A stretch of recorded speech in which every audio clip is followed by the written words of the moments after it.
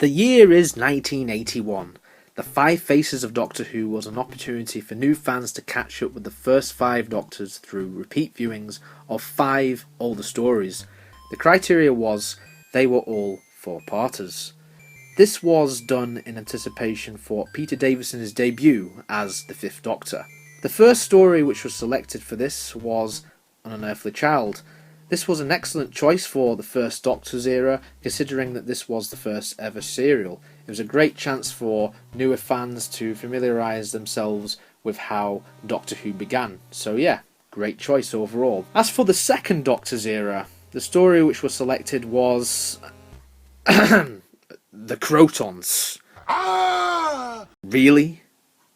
The Krotons. The High Plains have been captured. They chose that.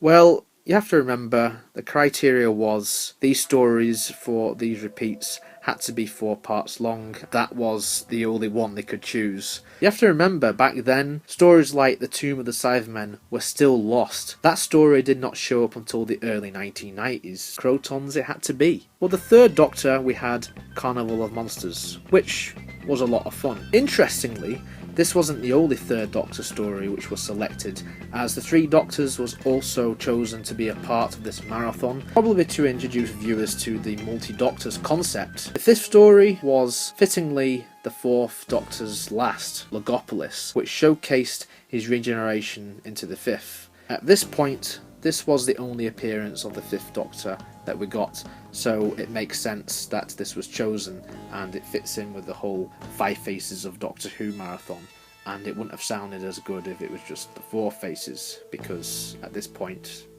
there were 5. It's strange to think that we got 2 stories for John Pertwee's Doctor rather than Tom Baker, seeing as Tom Baker was probably seen at that point as the most popular, as he was the most recent, but this worked.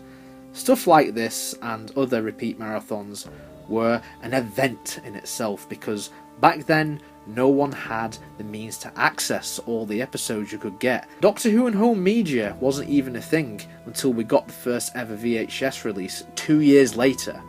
Look how lucky we are now, with all the DVDs, all the Blu-rays and all the streaming services all at our fingertips.